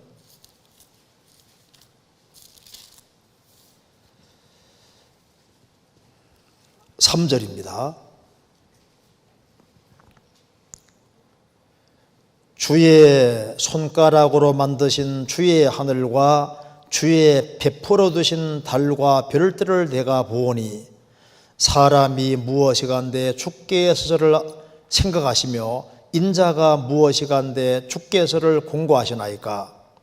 저를 천사보다 조금 못하게 하시고 영화와 존귀로 관을 씌우셨나이다. 만물을 주의 손으로 만드신 것을 다스리게 하시고 만물을 그 발 아래 두셨으니 곧 모든 우양과 들짐승이며 공중의 새와 바다의 어족과 해로에 다니는 것이니이다. 이 말씀이 히브리서 2장에도 인용이 되어 있는데, 예수님이 초림하는 것을 말씀하고 있습니다. 예수님이 초림하셔서 천사들보다 잠깐 못하게 되셨다가 죽으시고 부활해서 영광과 존귀로 관쓰셨다 그 말입니다. 왜 하나님이 시간 속에 들어오셔서 고난받으시고 죽으시고 부활해서 영광과 존귀로 관쓰셨느냐? 여기 보면 두 가지를 알 수 있습니다. 왜 주님이 세상에 오셔서 그렇게 고난을 받으시고 죽으시고 부활하셔서 영광과 존귀로 관주셨을까? 우리를 위해서입니다. 여기서 우리가 기본적으로 두 가지를 알 수 있는데요.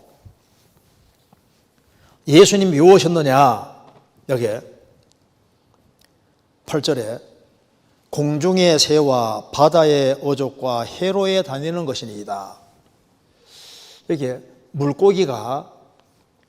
물고기는 해로에 다닙니다. 왜 물고기가 여기 해로 다닌다는 말을 왜 굳이 하고 있을까요? 아담이 범죄한 이래로 인간은 길을 잃어먹었습니다. 물고기들도 하나님 정해놓은 해로를 다니고 있는데 인간은 길을 잃어먹었잖아요. 예수님이 왜 세상에 들어오셔서 십자가에 죽으시고 부활하시고 이 일을 왜 하시냐 하면 인간이 길을 잃었으니까, 예수님이 내가 곧 길이요 진리요 생명이니 나로 말미암지 않고는 아버지 걸 적없느니라. 그래서 예수님을 통해서 구원받아야만 우리가 물고기가 해로로 다니는 것처럼 그리스도인들은 자신이 걸어가야 될 길을 알 수 있는 거예요. 예수님이 길이잖아요. 길. 예수님을 만나야만 우리가 곁길로 가다가 제대로 된 길을 갈 수 있는 겁니다. 그리고 주의 손가락으로 만드신 주의 하늘과 주의 베풀어 두신 달과 별들을 내가 보오니, 주의 베풀어 두신 달과 별들이라죠. 그러니까 달과 달과 별들을 보는데 주위에 베풀어 두신이라고, 베풀어 두신, 여기에 베풀어 두신이라고 했습니다. 이게 베풀어 두셨다는 말이 무슨 말입니까? 자, 베풀어 두셨다는 것이 숟가락 놓을 자리, 젓가락 놓을 자리, 국 놓을 자리, 이게 딱딱딱 자기 위치에 두는 거지 않습니까? 그러니까 하나님께서도 하늘의 별들도 배치하셨는데 제 위치에다가 딱딱딱 배치하시다 그 말입니다. 그러니까 주위에 베풀어 두신 달과 별들을 내가 보니 하나님께서 제 위치에 정렬을 잘 시켜놓은 겁니다. 나중에 알고 보면요, 하늘에 속한 인생이 땅에 떨어져 버린 거예요. 그래서 예수님이 죽으시고 부활하심으로 아브라함 자손이 하늘의 별처럼 많아진다 그랬죠. 바닷가 모래처럼 많아진다는 건 아브라함 육신의 자손이고, 아브라함의 믿음을 본받는 사람들은 하늘의 별과 같은 존재가 돼서 구원받은 사람들을 성경에서 별이라고 표현해요. 별이라고. 궁창의 확실한 증인이 달이고 그리스도인 한 사람 한 사람은 별인데, 구원받아야만 별과 같은 존재가 되고 구원받아야만 자기 위치를 딱 지키면서 거기에서 비추는 거예요. 창세기 1장에 달과 별들 이런 것을 궁창에 두어 땅에 비치게 하시고 제 위치에 딱 두신 거라, 위치에 두신 거라니까요. 구원받아야만 자신이 하늘에 속한 존재인지를 알 수가 있다니까요. 그래서 여기에 주위에 베풀어 두신 달과 별들을 내가 보오니, 구원받고 난 다음에 보면은 저 하늘의 별들을 보면요, 베풀어 두신 달과 별들을 보면 저기 그리스도인들의 모습인 거예요. 이 세상을 우리가 비추는 역할을 하고 있는 겁니다. 아가서 6장입니다. 아가서 6장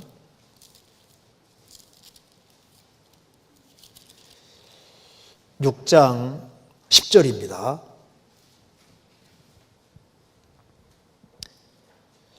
아침빛같이 뚜렷하고 달같이 아름답고 해같이 맑고 지쳐버린 군대같이 어미한 여자가 누구인가? 자, 그리스도인들은 이제 군대인데 지쳐버린 군대같이 어미한 여자가 누구인가? 이렇게 되어 있는데, 여기 NIV 영어 성경에는 어떻게 되어 있냐면 Majestic as stars in procession 이렇게 되어 있습니다. 그러니까 줄지어 있는 별들처럼 어미한 여자가 누구인가 이렇게 번역해 놨습니다. 그러니까 여기 Majestic 하면 이거 장엄한 그 말입니다. Majestic as stars, 별들처럼 멋진 건데 in processions, 줄지어 있는, 행렬을 지어 있는, 그러니까 행렬을 지어 있는 별들처럼 어미한 여자가 누구인가? 그리스도인이다 그 말입니다. 그리스도인들. 그러니까 그리스도인들이 구원받은 사람은 하늘에 속한 자들이고, 그리스도인들이 딱 줄지어서 자기 위치를 딱 지키고 살아가는 그 모습은 하늘의 별들이 자기 위치를 딱 지키고 있는 거하고 똑같아 그 말입니다. 그리스도인은 하늘에 속한 존재인 거예요. 영적인 전투를 치를 때도 자기 위치를 지키고 있을 곳에 있는 것이 그렇게 중요한 겁니다. 그래서 성경에 말씀하기를 허리에 띠를 띠고 등불을 켜고 어떻게 하라고요? 서 있으라. 자기 포지션을 잘 지켜야 되는 겁니다. 그래서 항호를 정지해야 하고, 그 말이 자기 지키를, 위치를 잘 지키는 거예요. 그리고 항호를 정지하고 그 보면은 조화를 잘 이루고 연합한 걸 볼 수 있잖아요. 영적인 전투도 혼자 치르는 것이 아니라 같이 연합해서 치르는 거예요. 메뚜기가 한 무리가 되어서 인군이 없어도 나아가는 것처럼 우리도 같이 한 무리가 되어서 전투하는 겁니다.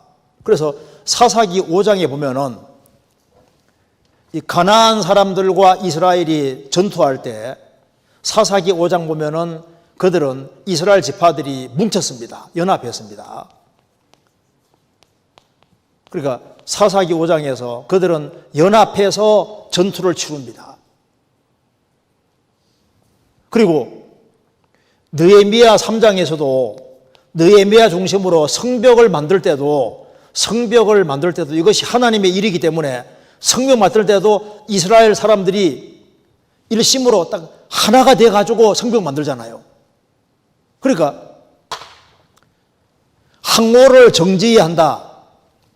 질서를 잘 지키는 동시에 같이 무리지어서 연합해서 같이 협동하는 모습, 그리고 항오를 정지해야 할 때 동일한 보조로 착착착 움직이는 겁니다.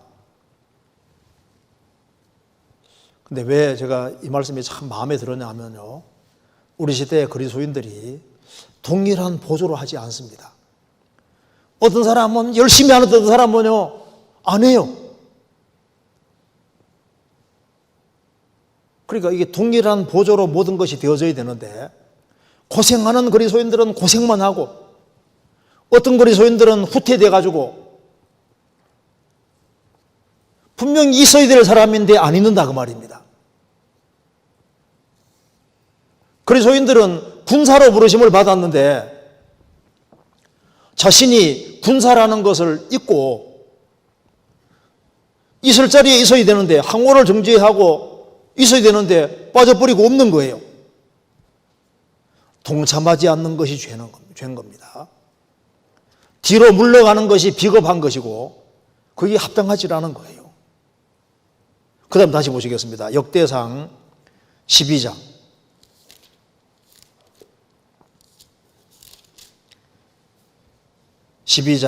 33절.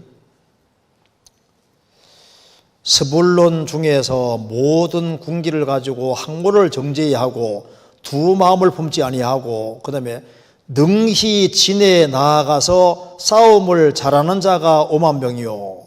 여기에 싸움을 하는 것이 아니라 적진을 향해서 진에 나아가, 여기 진에 나아가 얼마나 용감한 겁니까?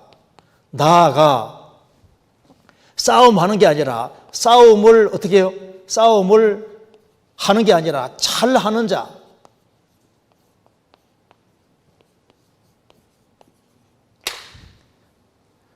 다윗이 통일왕국을 이룰 때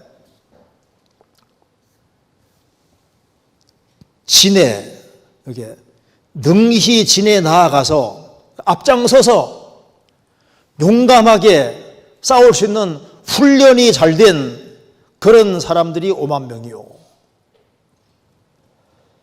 그러니까 우리가 그리스도 예수의 군사기는 군사인데 어떤 군사가 되어야 되냐 하면은 디모데 후서 2장에 말한 대로 그리스도 예수의 무슨 군사? 좋은 군사로, 좋은 군사가 됩니다. 좋은 군사. 자, 이 군사 중에 게으른 군사는 일단 군사로는 자격이 없습니다. 일단 게으름만 해야 되잖아요. 자, 군인은 부지런히 됩니다. 게으른 자는 그 잡을 것도 사냥하지 아니하나니, 분명히 신경 쓰면 잡을 수도 있는데 게으른 자는 잡을 것도 사냥하지 아니하나니 사람의 부귀는 부지런한 것이니라. 잠언 12장 27절에 나와 있잖아요. 게으른 군사는, 그래 내가 어떤 군사인지 생각해 보자 그 말입니다. 내가 정말 게으른 군사일까? 세상의 잠을 콜콜 자고 있는 그런, 졸고 있고 자고 있는 병사냐 그 말입니다. 생각해 봐야 됩니다. 그리고 항오를 정지해야 하고 자기 위치에 있어야 되는데 위치를 이탈한 병사일지도 모르잖아요. 그 항오를 어긴 군사입니다. 그리고 자기 위치를 지키는 것처럼 보이지만은 최선 다해 싸우지 아니하고 형식적으로 흉내만 내는 그런 군사일 수도 몰라요. 그렇잖아요. 그러니까 내가 어떤 군사가 되어야 되냐 그 말입니다. 하나님의 전신갑주를 안 입어서 마귀에게 얻어 터져가지고 아주 비참한 꼴로 되어 있는 군사일지도 모르잖아요. C.T. 스터드가 쓴 책 중에 초콜릿 군병이라는 책이 있습니다. 초콜릿 군병. 제가 그 대목 한번 읽어드리겠습니다. 용맹함은 오늘날 기독교가 상실한 잃어버린 화합이다. 진정한 군사가 모두 용사이다. 용맹함이 없는 군사는 실전에 참가하지 않은 군인 곧 초콜릿 군병이다. 진정한 그리스도인은 모두가 군사이다. 그리스도의 군사이자 탁월한 용사이다. 그는 가장 용맹스러운 자보다 용감한 자이며 평안을 약속하는 부드러운 유혹의 손길도 거부할 수 있는 자이다. 고난과 질병, 위험, 죽음을 회피하라는 자신의 내면에 끊임없이 일어나는 목소리도 거절할 줄 알며 오히려 그것들을 가장 절친한 친구로 삼는 자이다. 그렇지 않은 그리스도인은 초콜릿 군병이다. 초콜릿 군병은 초콜릿처럼 물에 닿으면 풀어지고 작은 불기운에도 녹아버리고 만다. 달콤하기 그지없는 막대 사탕과 사탕과자 같아. 유약한 체질에 상처가 나지 않도록 부드러운 포장지에 쌓여 유리병이나 종이 상자에 담겨있는 인생을 살아간다. 그리스도인들은 초콜릿 군병이 되면 안 된다 그 말입니다. 우리가 그리스도 예수의 군사가 되어야 돼. 좋은 군사가 되어야 됩니다. 그러니까 우리가 주님의 명령을 따르는 군사. 주님 말씀하시면은 네 하고 따라가는 그 명령에 복종할 줄 아는 그런 군사. 그래서 군사대 용감한 군사가 되지 아니하면은 그건 그리스도의 군사라고 할 수 없는 겁니다. 군사는 일단 용감해야 되거든요. 그리고 군사 중에서 사실 제일 좋은 군사는 죽음을 각오하는 군사. 죽음은 죽으리라. 그것만큼 좋은 군사 자격이 없는 겁니다. 그래서 주님을 사랑하는 사람은 주님을 사랑하는 것과 용감한 건 연결되어 있거든요. 어머니 아버지는 자식을 사랑하니까 자식을 위해서는 용감합니다. 그렇죠? 손톱에다 다듬던 그 어머니도 남편 잃고 이제 먹고 살 길이 막막하고 애들이 이제 이렇게 여러 명 있고 하면요 어떻게 합니까? 다른 거 다 뒤로 하고 이제 용감하게 고생하잖아요. 왜? 사랑하니까. 원래 그런 마음이 있었는데 어떤 상황이 주어지면 나오게 되는 겁니다. 주님을 사랑하는 사람은 당연히 용맹스러운 용사가 되는 거예요. 그런데 죽기를 각오해도 훈련이 안 되면 쉽게 죽어요. 뭐 제대로 싸워보지 못하고 죽지 않습니까? 무조건 용감하게 달라든다고 되는 문제가 아니지 않습니까? 그러니까 성경에 말씀하기를 능히 진에 나아가서 싸움을 하되 잘하기 위해서는 훈련을 받아야 됩니다.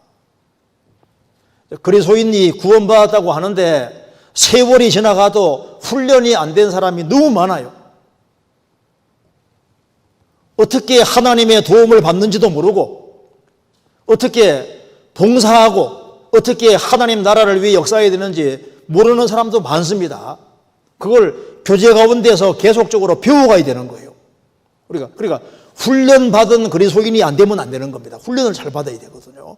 역대상 12장 8절입니다. 12장 8절 갓 사람 중에서 거친 땅 견고한 곳에 이르러 다윗에게로 돌아온 자가 있었으니 다 용사여 싸움에 익숙하여 방패와 창을 능히 쓰는 자라. 그 얼굴은 사자 같고 빠르기는 산의 사슴 같으니. 이 갓 자손은 훈련이 엄청 많이 된 사람입니다. 그들은 싸움에 익숙한 사람들이었습니다. 싸움에 익숙하여 방패와 창을 능히 쓰는 자라. 그 얼굴은 사자 같고 용감하다 그 말입니다. 빠르기는 산의 사슴 같으니. 그러니까 영적으로도 이런 사람들이 많아지면 그 교회의 축복이 되는 거예요. 자, 구원받고 난 이후에 경거 내리기를 연습하라 그 말씀대로 신앙생활을 꾸준히 연습을 한 사람은 실전에 능하게 되는 거예요. 그리스도인으로서 평상시에 신앙생활을 잘한 사람은 위기 상황에 주어지면요 잘 대처하거든요. 그런데 마음 그냥 풀고 사는 사람은 어떤 위기 상황이 주어지면은 어쩔 줄을 몰라 합니다. 평상시에 신앙생활을 잘한 사람은 교회에 중요한 일을 할 때 합시다 하거든요. 그런데 마음을 그냥 풀고 사는 사람은 교회에서 뭐 중요한 일을 하자 그러면 왜 그걸 꼭 하려고 하냐고 하면서 육신의 소리를 계속 하잖아요. 평상시에 훈련을 받아야 됩니다. 전도서 10장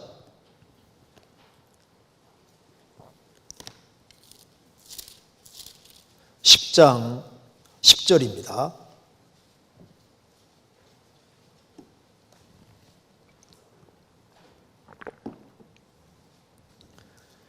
무딘 철 연장날을 갈지 아니하면 힘이 더 드느니라. 오직 지혜는 성공하기에 유익하니라. 무기는 주어졌는데 날카롭질 않아요. 무딘 철 연장날을 갈지 아니하면 힘이 더 드느니라. 우리가 말씀도 갈고 닦고 적을 이기기 위해서 자기 훈련을 하고 절제를 하고 이기기를 다투는 자마다 모든 일에 절제 안 하니 그 말씀대로 신앙생활에 훈련을 잘 받아야 됩니다. 하기 싫어도 하는 것을 배워야 되는 거예요. 모임에 나오기 싫어도 모임하는 것을 배워야 되고, 헌금하기 싫어도 헌금하는 것도 배워야 되고, 동참하기 싫어 동참하는 걸 배워야 되고, 자기 육신을 꺾는 훈련을 반드시 받아야 됩니다. 우리 신앙생활이 매일매일 훈련 받는 겁니다. 성경 고린도후서 6장입니다. 고린도후서 6장 7절. 진리의 말씀과 하나님의 능력 안에 있어 의의 병기로 좌우하고, 여기에 진리의 말씀과 하나님의 능력 안에서 의의 병기로 좌우하고, 의의 병기로 좌우하고, 이게 무슨 말입니까? 왼손에는 창 잡고 오른손에는 검 들고 있다 그 말입니다. 의의 병기로 좌우하고. 바울 사도는 용사 중에 용사였습니다. 의의 병기로 좌우하고. 그래서 그가 항상 믿음의 방패를 가지고 있잖아요.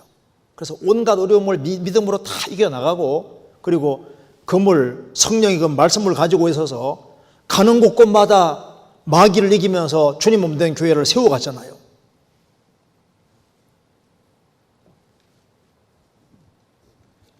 근데 그리스도인 중에 무기를 그냥 놓아버리고 훈련 같은 걸 전혀 안 받고 세상적이 되고, 그렇게 하면 누가 박수냐면 마귀가 오냐 박수면서 잘한다 할 겁니다. 우리는 전쟁에서 반드시 승리해야 되는 거예요. 성경 사사기 7장입니다.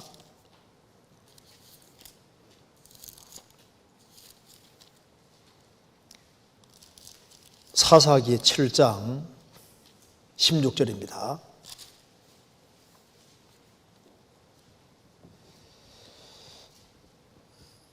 (300명을) 세대로 나누고 각 손과 나팔과 빈 항아리를 들고 항아리 안에는 횃불을 감추게 하고.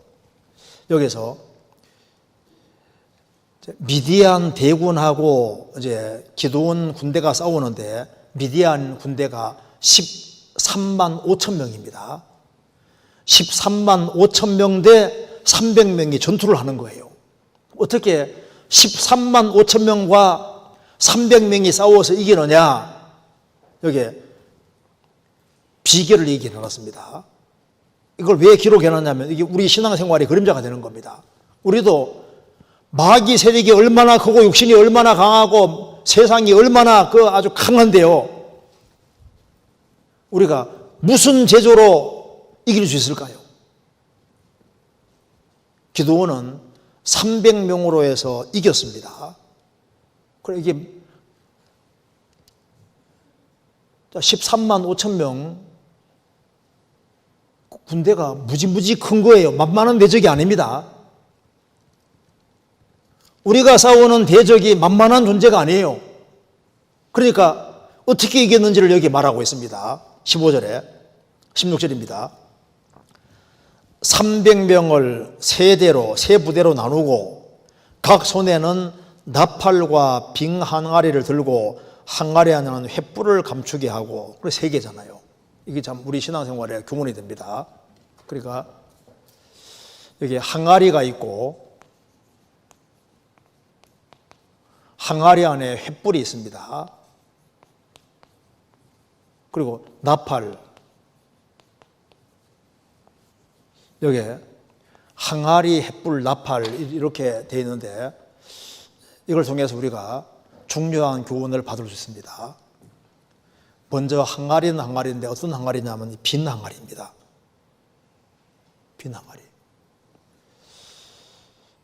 성경 고린도후서 4장에 말씀하기를 4장 7절에 우리가 이 보배를 어디에 가졌다고요? 질그릇에 가졌으니, 그러니까 이게 항아리가 우리 육신의 그림자입니다. 될 수 있습니다. 근데 왜 그리스도인들이 전쟁에서 이게 힘이 없냐 그 말입니다. 이 항아리 속에 세상 것이 꽉 차 있는 거예요. 우리 빈 항아리입니다. 빈 항아리.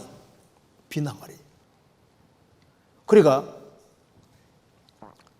그리스도의 것으로 채워져야 되는데 세상 것이 그 사람 마음속에 꽉 차 있으면은 주님이 그 사람 통해 승리하겠습니까? 아니잖아요.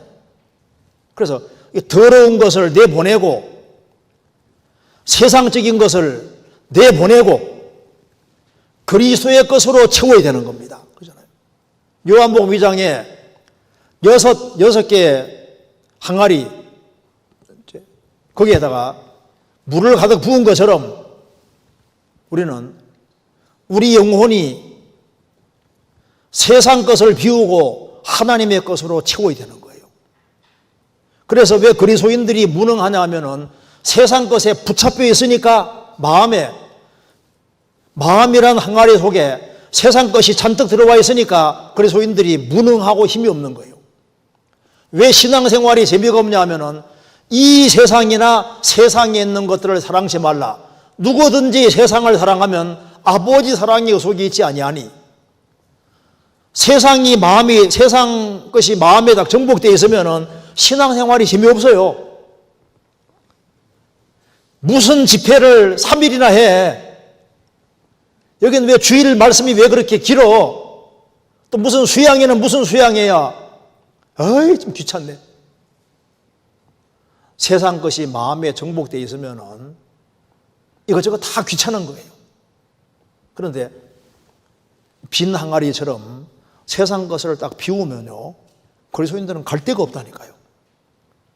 왜 모임이 없을까? 그리스도인들 모임이 없을까? 그리고 주의 일을 위해서 협력하게 되는 건 너무 자연스럽게 되는 거예요. 그리고 항아리 안에 횃불이 딱 들어가 있습니다. 그렇죠? 그것처럼 구원받은 사람 영혼이 속에 횃불이 들어있는 것처럼 이게 타고 있는 횃불입니다. 그리스도인들 영혼이 불타올라야 되는데 누가복음 12장에서 예수님 말씀하시기를 내가 불을 땅에 던지러 왔노니 이 불이 붙었으면 내가 무엇을 원하리요? 주님은 불을 던지러 오셨습니다. 영혼이 불타기를 원하는데 세상 것 때문에 성령을 소멸치 마라 그러는데 성령의 불길이 꺼지는 거예요. 영혼이 활활 불타오르는 사람, 그것이 우리 신앙생활에 필요한 겁니다. 세상 것이 마음속에 잔뜩 들어와 있는데 영혼이 불타오르겠습니까? 아니에요. 세상적인 걸 딱 쏟아 부으면은, 그러면은 미지근한 신앙이 아니라 뜨거운 신앙이 되고 영혼이 불타오르는 신앙이 되고, 히브리 말로 선지자가 나비인데 부글부글 끓어온다는 뜻이지 않습니까? 저 영혼들을 어찌할꼬 하는 그런 마음이 올라오게 되는 거예요. 그리고 그 다음에 나팔을 가지고 있었는데 그 속에서 나팔을 부르니까 이겼잖아요.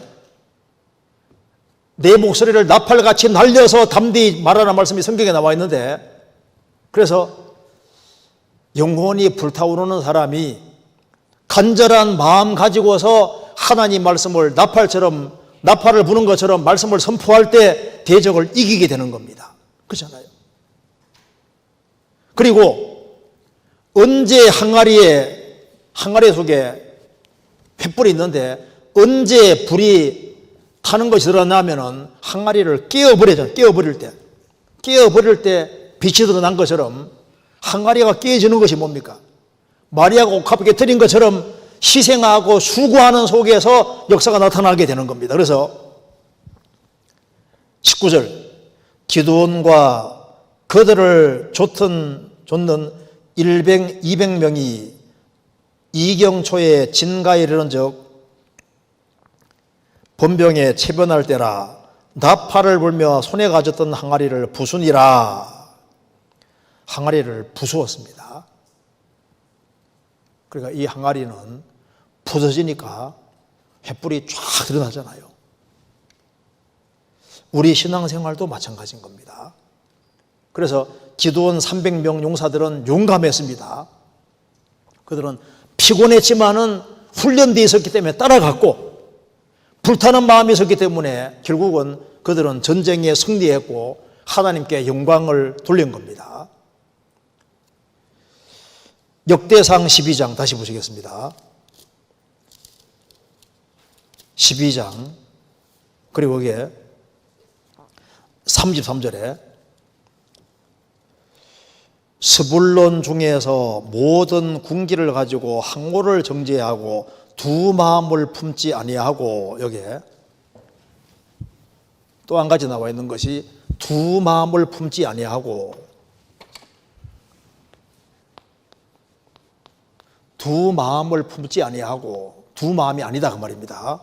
그리고 38절에 이 모든 군사가 항모를 정죄히 하고 다 성심으로 헤브론에 이르러 다윗으로 온 이스라엘 왕을 삼고자 하고, 또 이스라엘의 남은 자로 다도 다 일심으로 다윗으로 왕을 삼고자 해요. 일심으로, 두 마음이 아닙니다. 일심으로.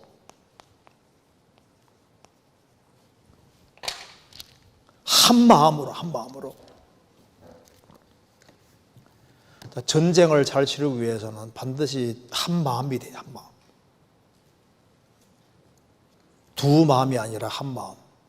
물어 지킬 만한 것보다 더욱 내 마음을 지키라.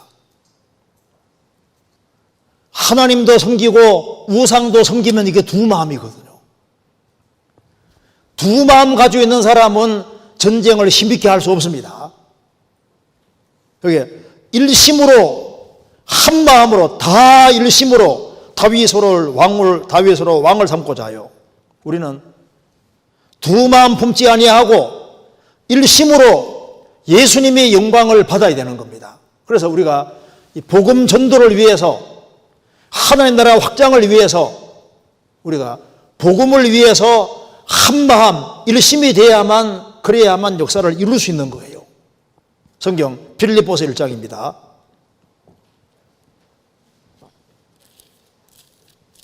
빌립보서 1장 27절. 오직 너희는 그리스도 복음에 합당하게 생활하라. 이는 내가 너희를 가보나 떠나 있으나 너희가 일심으로 서서 한 뜻으로 복음의 신앙을 위하여 협력하는 것과 아무 일에든지 대적하는 자를 인하여 두려워하지 아니하는 이 일을 듣고자 함이라. 이것이 저희에게는 멸망의 빈거요 너희에게는 구원의 빈거니 이는 하나님께로부터 난 것이니라. 오직 너희는 그리스도의 복음에 합당하게 생활하라. 너희가 일심으로 서서 한 뜻으로 복음의 신앙을 위해 협력하는 것과 이번 수양의 기간 동안에 우리가 일심이 되고 한 마음과 한 뜻이 되어야 됩니다. 그래서 다윗이 기어코 통일 왕국을 이룬 것처럼 우리도 하나님 나라를 기어코 확장시켜야 됩니다. 그래서 두 마음 품지 않고 일심으로 전심으로 행할 때 하나님 역사가 나타나게 되는 겁니다. 대적은 강하거든요. 강한데 우리가 일심이 아니면은 주님 역사 이룰 수 없습니다. 그리고 한 마음과 한 뜻이 되면은 통일 왕국이 이룬 것처럼 하나님 나라가 실제로 확장이 되고 많은 사람들이 구원받게 되고 역대상 12장이 기록되어 있는 것은 이들을 영광스럽게 하신 겁니다. 그렇죠? 우리가 지금 하나님 나라 안에 들어와서 영적인 전투를 치르고 그리고 하나님 나라를 위해 역사하는 자들이고 그리고 우리가 주 안에서 수고하는 모든 것들 영원히 기록이 될 겁니다. 여기 역대상 12장에 기록되어 있잖아요. 우리의 신앙생활, 우리가 이번 수양회를 위해서 같이 협력하고 수고하고 준비하고 하는 그 모든 것들이 영원히 기록이 될 것이고 그리고 하나님께로부터 칭찬을 받게 될 겁니다. 반드시 승리를 해야 되거든요. 그래서 역대상 12장을 읽으면은 우리가 이번 7월 달에 무엇을 어떻게 해야 될지 그 기준을 잡을 수 있으리라고 생각을 합니다. 그래서 이번에 실제로 사람을 좀 건져보자. 그리고 이게 전국적으로 하는 행사인데 주님이 관심이 정말 많으실 겁니다. 그래서 많은 영혼이 구원될 것이기 때문에 주님께서도 큰 기대를 가지시고 그리고 우리가 한 마음과 한 뜻이 되어서 이것을 위해서 협력하고 수고하는 것에 대해서 또 같이 의논하는 이런 것에 대해서 주님이 아주 크고 귀하게 생각하시라고 여겨집니다. 내일 이어서 말씀드리겠습니다. 같이 기도하시겠습니다. 자비로우신 우리 아버지 하나님, 저희들을 주의 보배로운 피로 구원해 주신 것을 감사합니다. 소망 없는 세상에서 소망을 주시고 또 분명한 목적을 가지고 살게 해주시는 것을 감사합니다. 우리 주변에 사탄의 권세 아래에서 갈 바를 알지 못하고 헤매는 영혼들이 너무나도 많이 있습니다. 그 영혼들을 주님 품으로 인도하는 것이 하나님의 뜻인 줄 압니다. 그 하나님 나라 확장을 위해서 역사하는 모든 분들 주님께서 일일이 함께 해주시고 이번에 한 마음과 한 뜻이 되어 주의 역사를 능력으로 이룰 수 있도록 역사해 주시고 오직 주님께 영광과 찬송이 돌아가도록 역사해 주시고 도와주옵소서. 또 우리 모두를 귀하게 사용해 주옵소서. 우리 구주 예수 그리스도 이름으로 기도하옵나이다. 아멘.